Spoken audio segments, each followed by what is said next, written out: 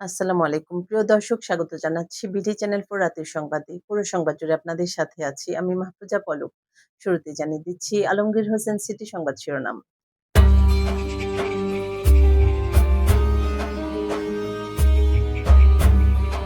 কলকাতার হোটেলে অগ্নিকাণ্ড, কুষ্টিয়ার সাংবাদিক দেবাশিস দত্ত সহ পরিবারের ৪ জনের মৃত্যু। পাকুন্দেয় মাছবাহী ট্রাকের ধাক্কায় ব্যাটারি চালিত অটোরিকশার ২ যাত্রী নিহত, আহত ৩। ইমাম উলামা পরিষদের আপত্তির মুখে কিশোরগঞ্জে কনসার্ট বাতিল। নেত্রকোনায় গৃহবধূ হত্যার অভিযোগে স্বামীসহ জড়িতদের গ্রেপ্তারের দাবিতে মানববন্ধন। মডেল রাধিকার আত্মহত্যা প্ররোচনার মামলায় প্রেমিকের জামিন নামঞ্জুর। অবশেষে ৯ মাস পর স্ত্রী বুশরার দেখা পেলেন ইমরান খান। বাংলাদেশের ঢাকায় দলে পরিবর্তন, রেনশোকে ফেরালো অস্ট্রেলিয়া। এবার সিটিলের বিস্তারিত সংবাদ।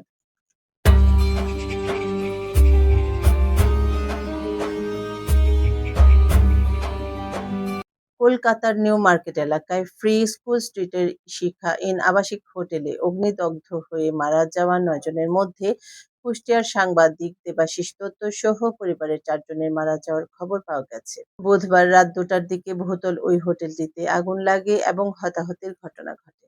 এবার জীবনদীপ স্পেশালাইজড হাসপাতাল স্থানীয় সংবাদ।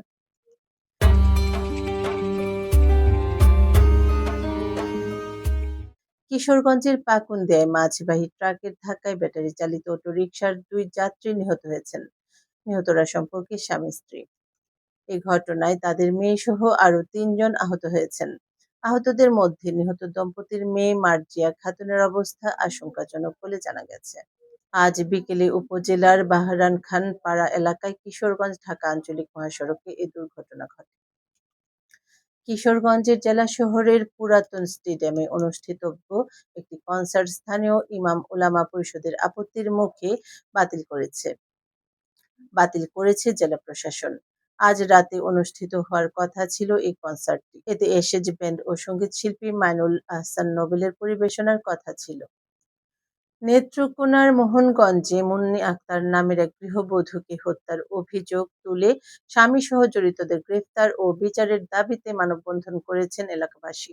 আজ বেলা 11:30টার দিকে বরকাশিয়া বিরামপুর ইউনিয়নের সোনারামপুর গ্রামে মোহনগঞ্জ সমাজ সড়কে এ মানববন্ধন অনুষ্ঠিত হয়। এবার বেলিফুল ক্যাফে এন্ড রেস্টুরেন্ট বিনোদন সংবাদ।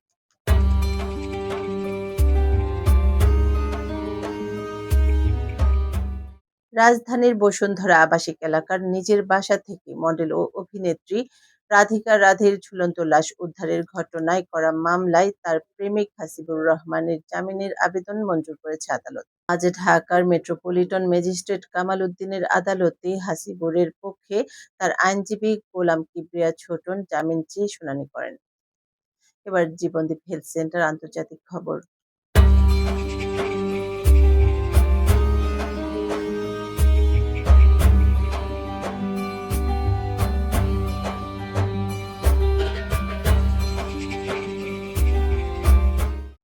চলতি বছর প্রথমবারের মতো অবশেষে কারাবন্দী স্ত্রী বুশরা বিবির সঙ্গে দেখা করার সুযোগ পেলেন পাকিস্তানের সাবেক প্রধানমন্ত্রী ও পাকিস্তান তেহরিক-ই-ইনসাফের প্রতিষ্ঠাতা ইমরান খান। রাওয়ালপিন্ডির আদিয়ালা কারাগারে স্ত্রী বুশরা বিবি ও বোন মেরিন নিয়াজের সঙ্গে গতকাল ইমরান খানের সাক্ষাৎ হয়েছে। এবার সেফ লাইফ টয়লেট্রিজ লিমিটেড খেলার সংবাদ।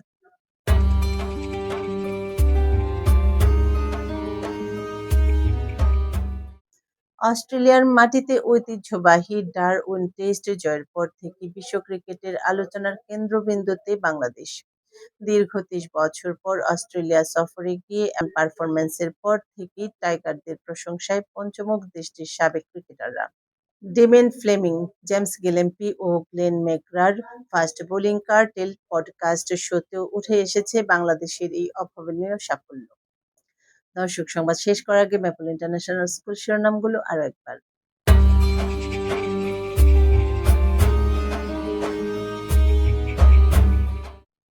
দর্শক, এই ছিল বিডি চ্যানেল রাতের সংবাদ। সকলকে পরবর্তী সংবাদ দেখার আমন্ত্রণ জানিয়ে এখানে বিদায় নিচ্ছি।